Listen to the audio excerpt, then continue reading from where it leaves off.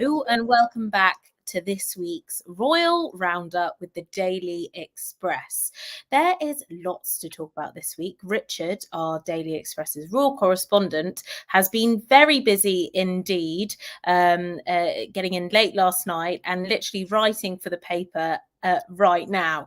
So this is quite literally hot onto the press this evening, what you'll be talking about, Richard, isn't it? Yes, hi, how are you doing?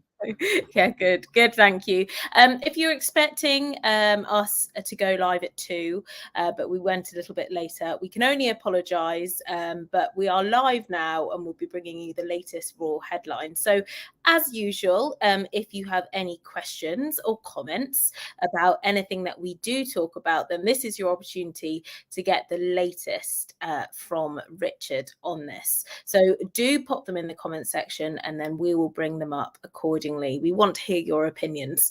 So, Richard, it's been a very busy week, as usual, for the King.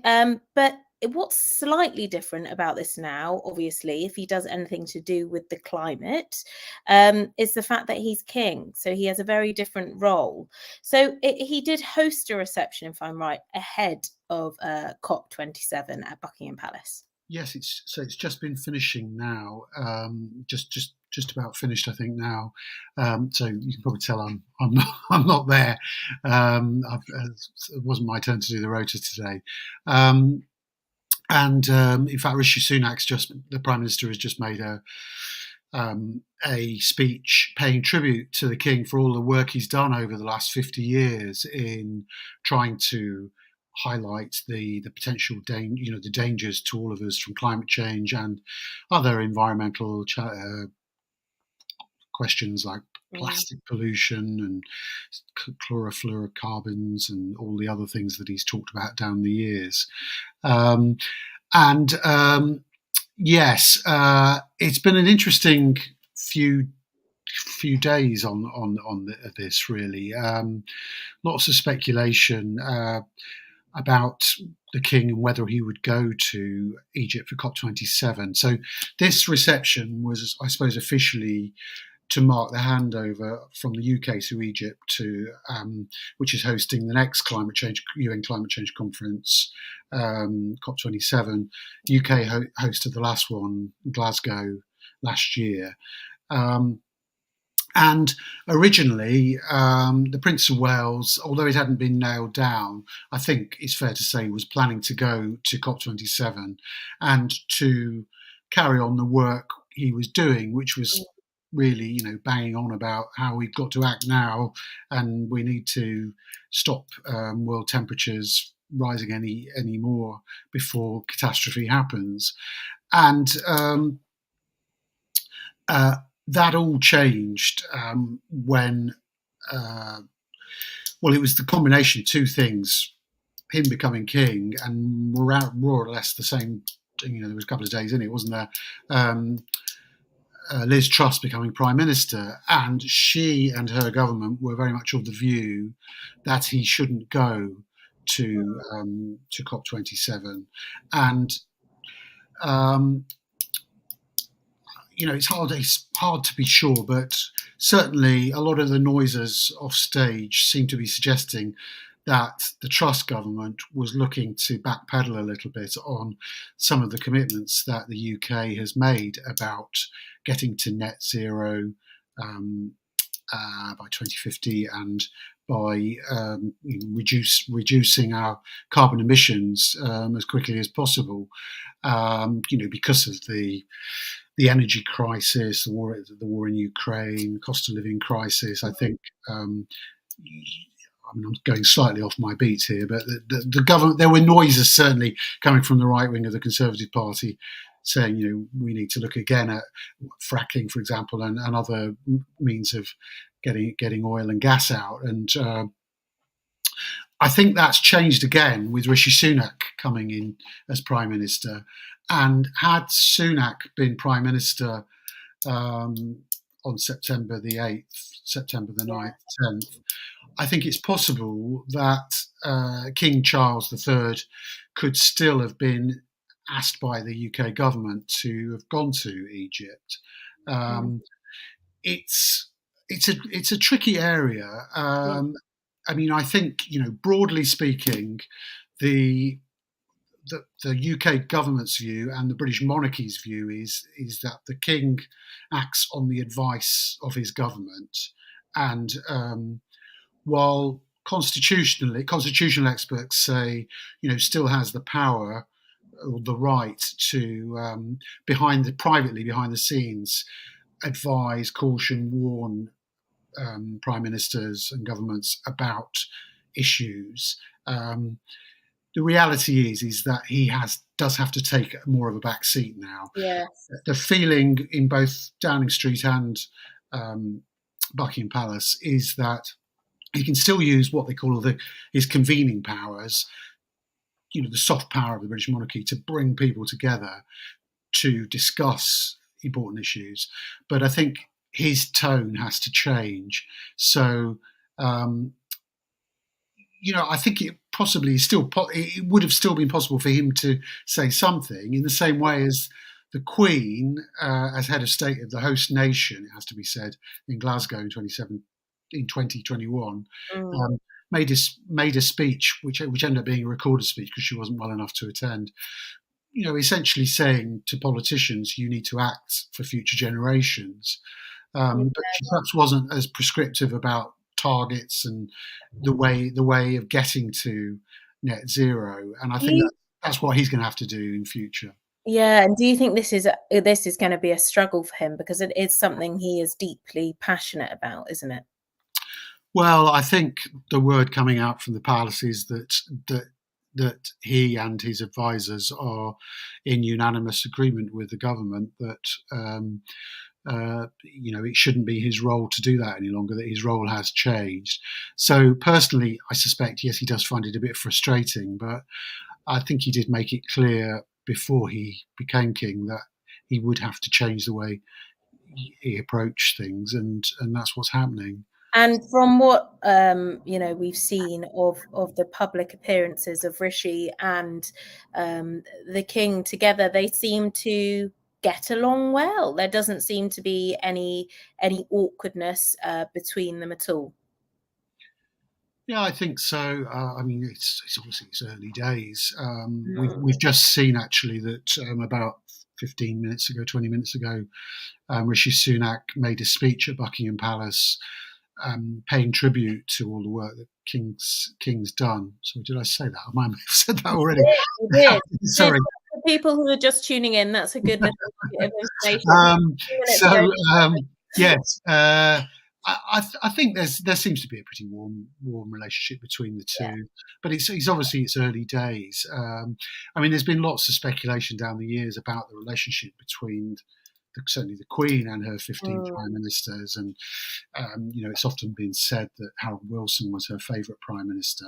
I mean, I think he got her out of a particularly sticky hole at a time when the royal finances were in a real mess, and he essentially went to Parliament and secured the Queen a fairly generous settlement.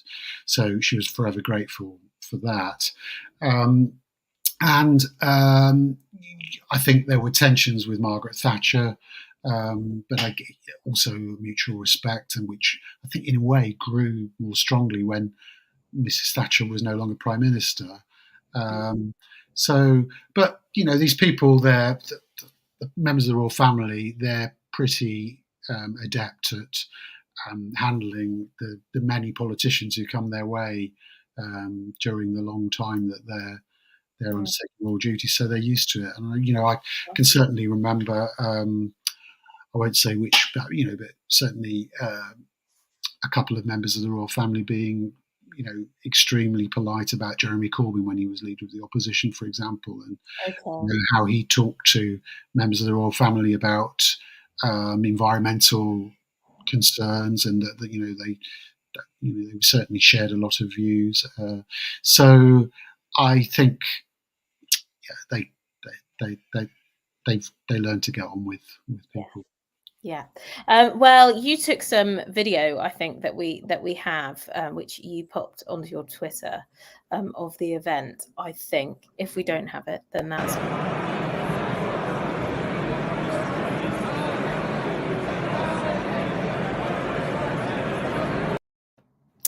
There we go. A little snippet from today on the Royal Roundup. So you're not going to get fresher than that.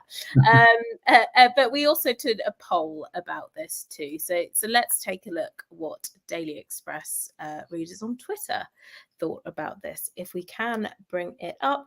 Do you think King Charles should be hosting a reception at Buckingham Palace ahead of COP27? And 52% of people said no, Richard. So what are your thoughts on that? I mean, it obviously reflects what he wants to really be doing, distancing himself.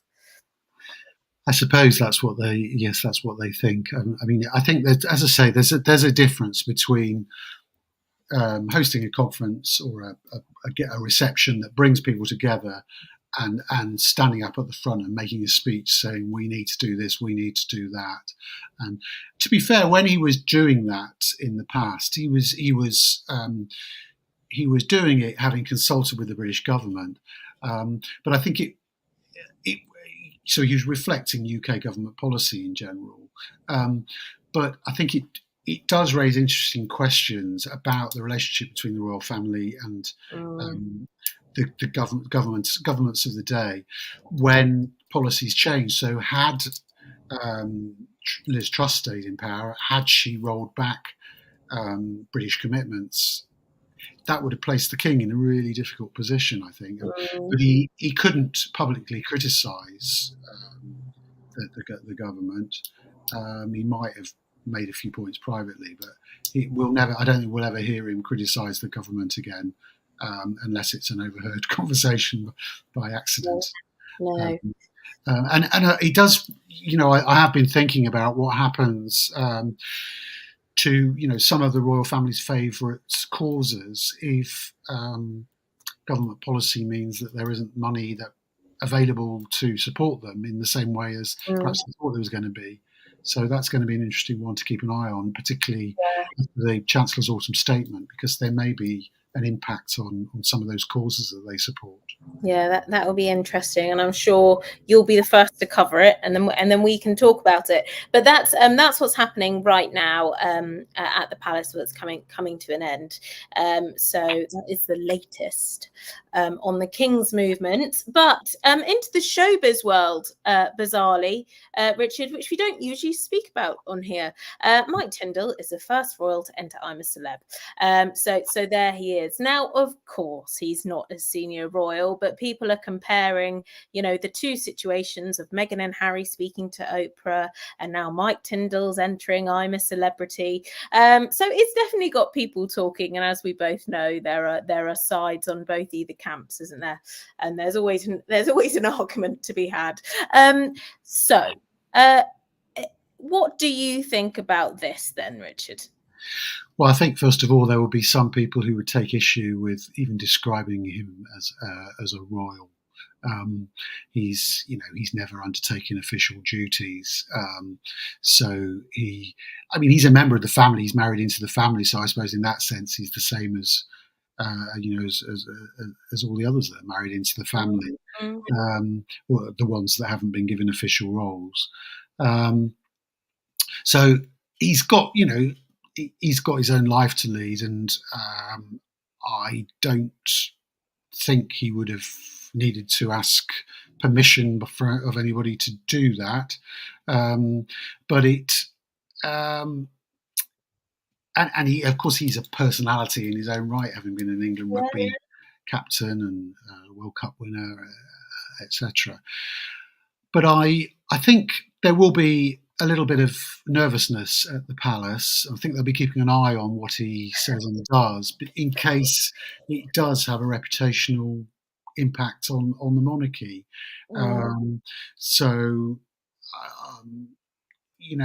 He does have a habit of talking about his in-laws, and the other members of the royal family. Very, very rarely says anything controversial. He's always pretty complimentary about them. But there'll be nervousness in case he says something that embarrasses the king or other members of the family, I suppose. So I think they'll be keeping an eye on it at the palace. I mean, but let's say he did say something, you know, forgetting cameras and mics are on, a couple of weeks in, you're a bit tired, hungry, sitting around. I don't know who he's opposite, someone they've formed a friendship of some sorts. And he did say something, and he did let something slip. What would the repercussions of that be? Because he's not, taking official duties, as it were. Well, there wouldn't be, I suppose. There wouldn't be. Yeah. I mean, it's just, I suppose, a little bit of awkwardness and a little bit of irritation at the palace. Yeah, that's just the way it is, I guess. Yeah, and you think he didn't have to give the palace a heads up about whether he was going in or not? I haven't asked the question. I doubt it very much. They've done all sorts of commercial things, haven't they, down the years, Mike and Zara? Yeah. And they're private, as far as they're concerned, they're private individuals who just happen to be related to the king. So I think they've always been fairly careful not to overstep the mark, and yes, that's probably what's going to happen here.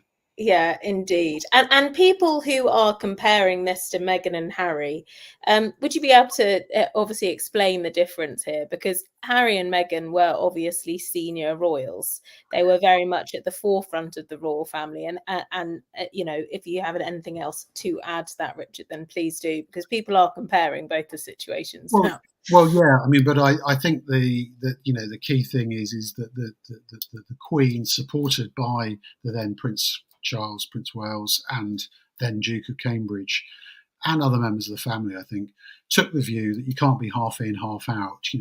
Edward and Sophie tried it years ago, and it ended in disaster for them, really, or embarrassment anyway, that you're always going to be accused of cashing in on your royal connections, which I suppose Mike will, could face those sorts of accusations from some. But I think that, I suppose, the difference is, so having made that choice then to quit, Harry and Meghan then face criticism because they dished the dirt on the royal family and made accusations, particularly in that opera interview, that didn't seem to reflect the truth. They didn't seem to reflect what had actually, the facts, what had happened, particularly talking about getting married 3 days earlier than they did, just a load of nonsense. And and of course, crucially, the stuff alleging racism effectively inside the royal family, and I think that has irked a lot of people within the institution and the family, and strained relations further. So that's, I guess, where the big major difference lies. Well, the major difference is okay. Well, we've got a video of him arriving at the airport, so I think let's take a look at the video of him arriving.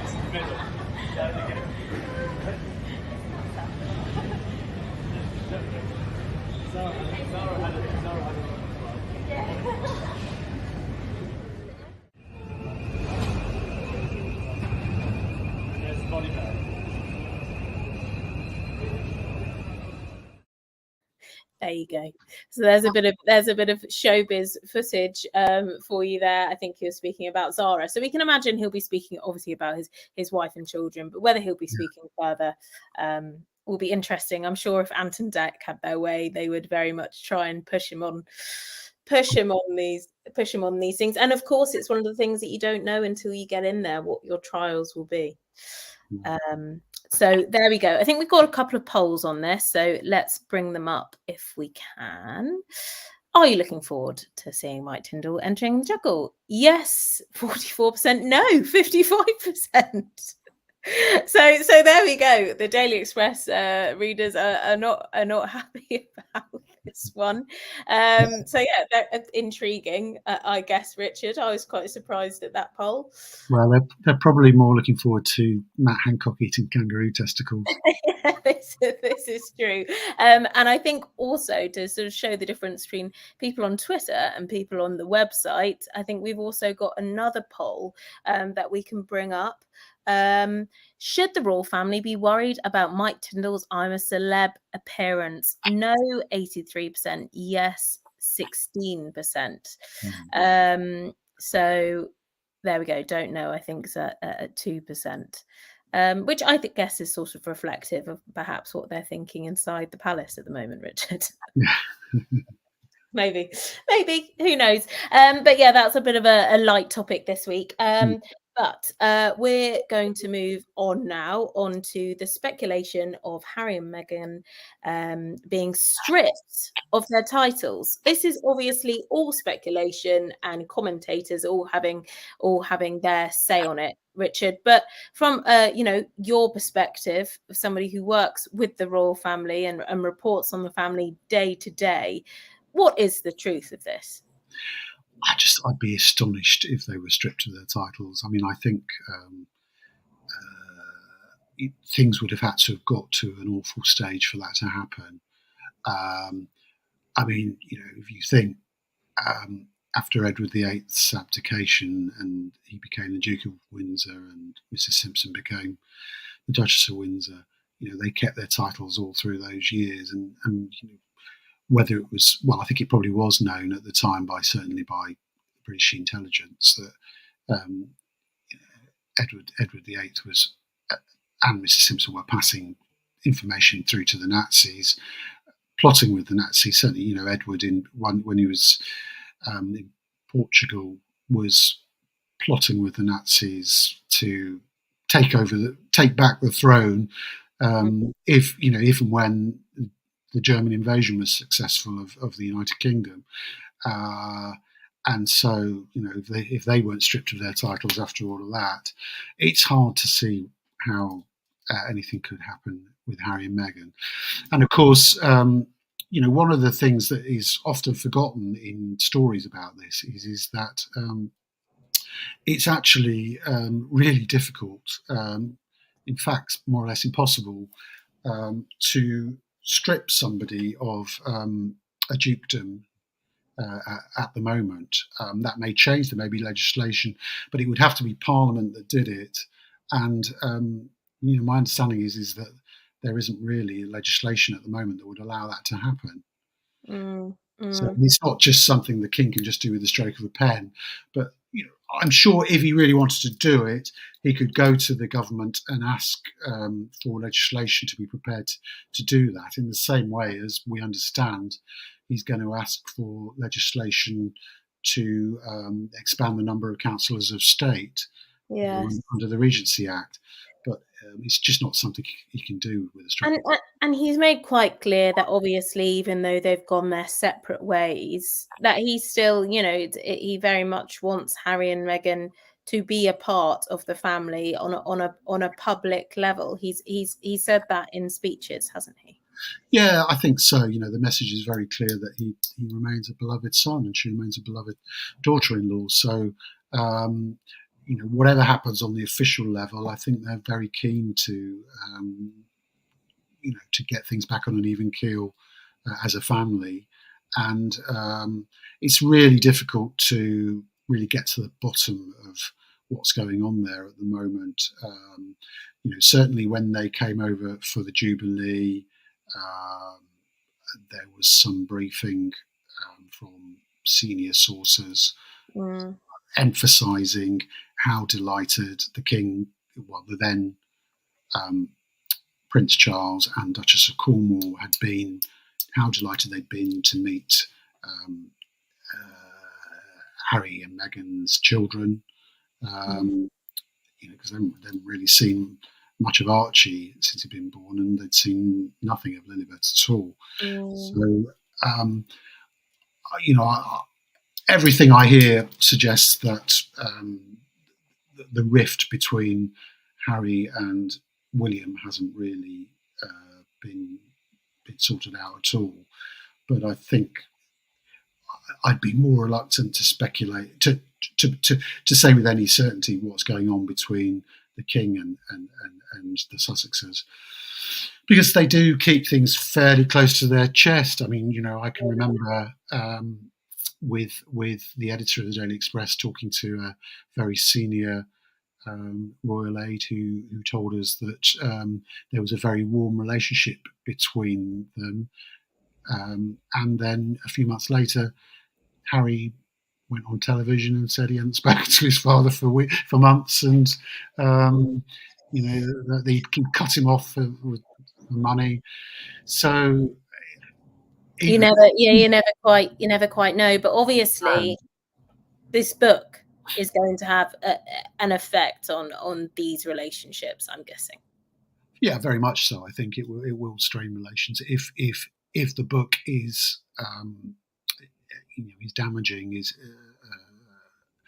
and you have to think that the publishers will want some bang for their buck. So they, if it's turgid, nobody will buy it, and they'll have lost a lot of money on it. So one would imagine that there will be some controversy in it. Yeah, indeed. Okay. Well, that addresses the speculation of Harry and Meghan having their title stripped. It's a no for now from Richard. Seems to be the resounding message there. But we're going to move on to senior royals who are working at home. Royal fans have been intrigued by William and Kate's new way of doing royal engagements. So, Richard, what exactly does this involve and how has it changed?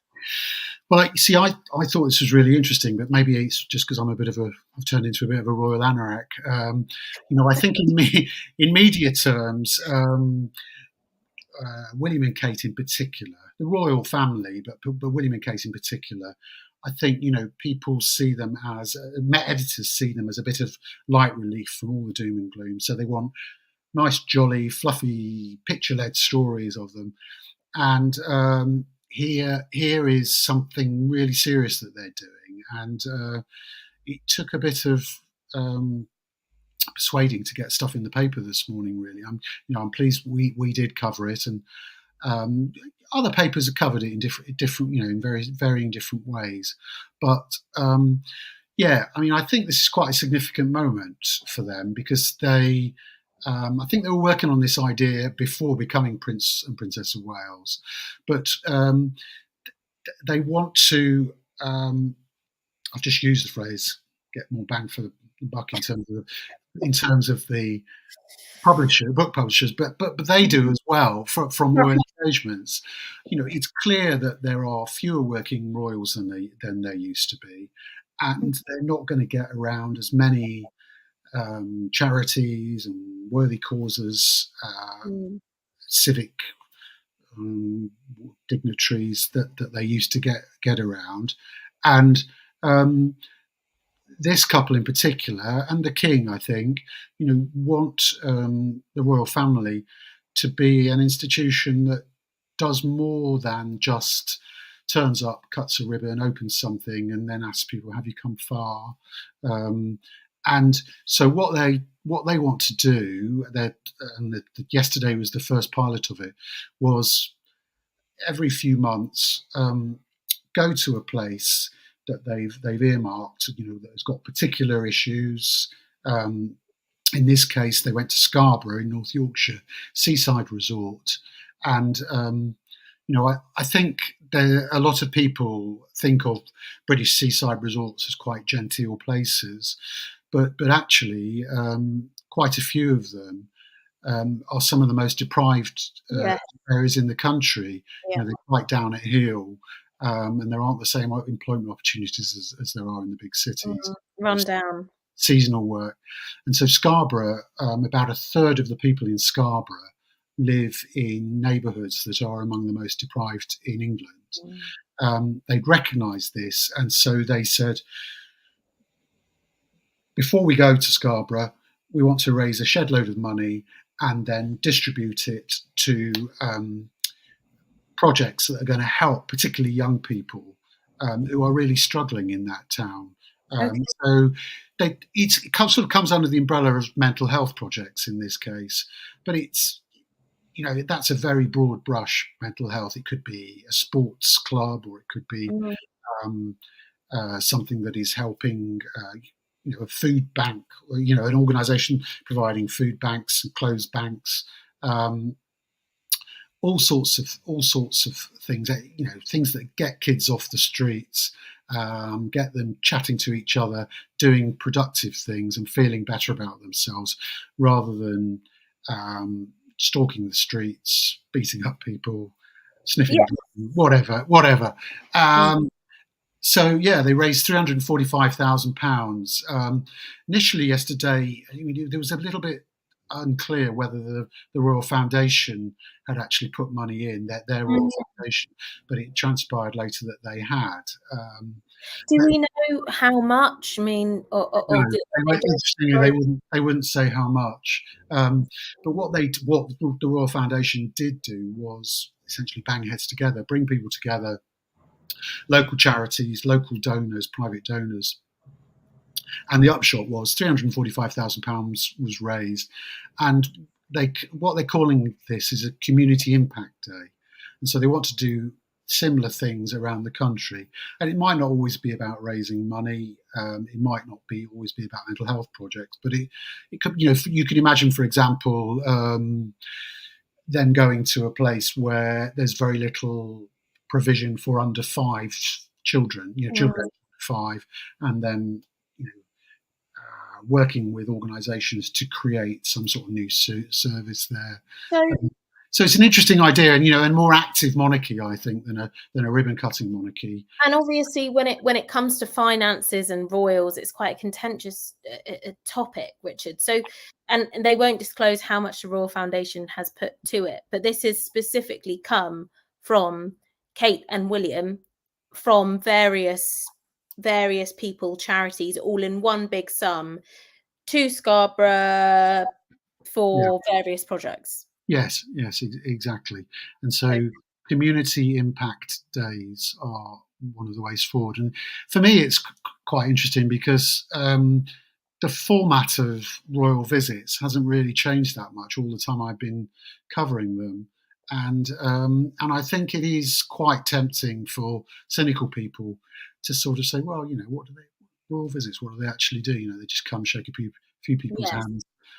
ribbon But cutting. this is actually doing something really positive for a town. Um, and yeah, I suppose it's the last sort of change in format that I can think of, significant change in format, was when the Queen and Prince Philip introduced royal walkabouts in the 1970s.